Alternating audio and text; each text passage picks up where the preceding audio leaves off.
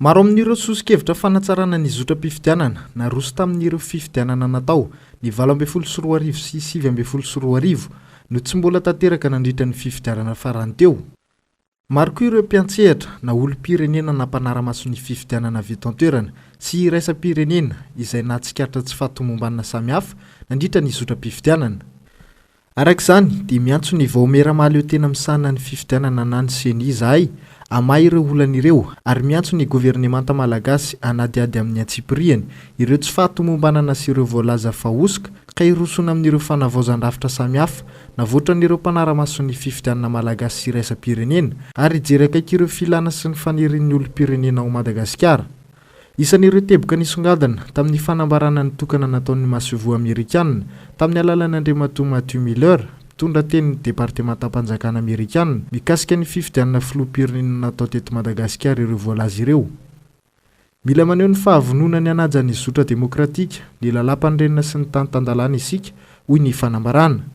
Mila mpitombona ny fahatokisan'ny vahoaka malagasy ny rafim-panjakana samihafa hiantohana fifidianana malalaka sy madio, tanterahana anaty filaminana ary fanjakana tsara tantana.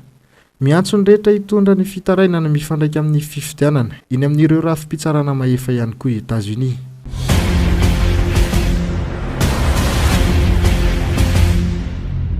Amboletra namiarenana ny Rajoelina Andry eo amin'ny fitondrana no niseho tamin'ny 12 Novambra fa tsy nanasongadina ny tena mahatany demokratika ny Madagasikara. Fa nososena faratapony lalàna sy ny fiandrianam-pirenena no niseho tamin'ny firenena. Fanamafisana ny fanambarana nataon'ny cellule de crise ny 14 Novambra teo. Tsy ny olakolaka ity vondrokerin'ny antoko ity ny laza fa fanomezana vahana ny kolokolo-pifidianana, fifidianana safidim-bahoaka no nametrahana ny Rajoelina indray eo amin'ny fitondrana.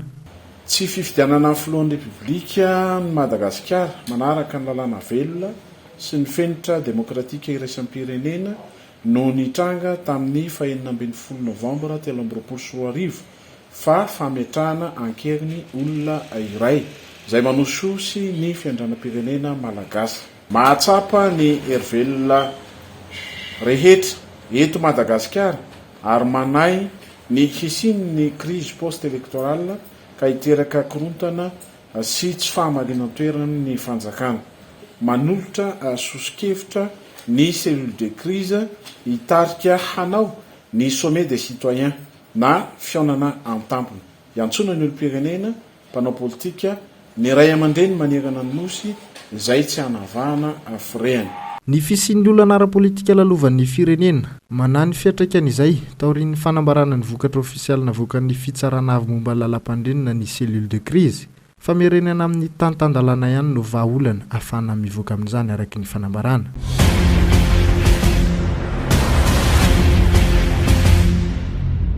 Ny fandimina ny hevitra tao amin'ny pejany ireo kandida nitsipaka hatrany am-piandohana ny fifidianana iny. Ho an'ny kandida Ratsiraka Roland, manjaka ny asan'ny maizina eto Madagasikara fa tsy maharitra io. Inona no azo atao? Tsy maintsy tohizana ny ady amin'ny kolikoly, ny osika sy ny tsirariny amin'ny endriny rehetra. Aharitra 2 volana na 3 volana na mihoatra azy izany fa tsy maintsy mandresy isika. Nilaza kosa ny kandida Rajaonarimampianina Hery fa saritsary-pifidianana no natao. Valim-pifidianana tsy ekena ary tsy manova ny tolona efa natomboky ny nambaran'ny ACC omaly iny.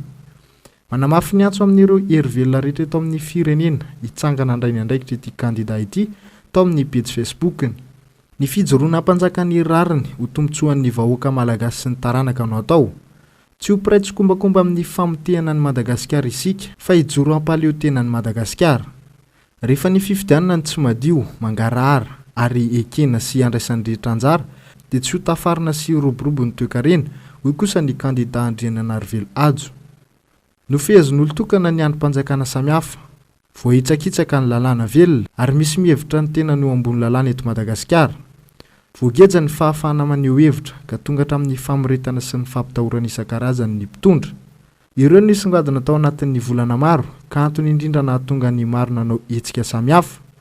Izany no antom-pijoroana hatramin'ny androany mba hamerenana ireo teboka tsy voahaja mametraka ny mahatany-tandalana ny Madagasikara indray. Efa ny ankamaroan'ny hery-velona rehetra no mahatsapa fa tsy nandeha tamin'izay izy ny fifidianana iny. Misy fahalovana eto amin'ny firenena ataona olom-bitsy mamikitra amin'ny sezany.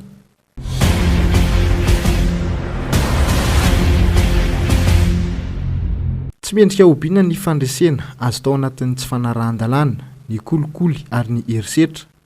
Maneho tanteraka ny endrika demokrasia malagasy ny fifidianana 2022 iny.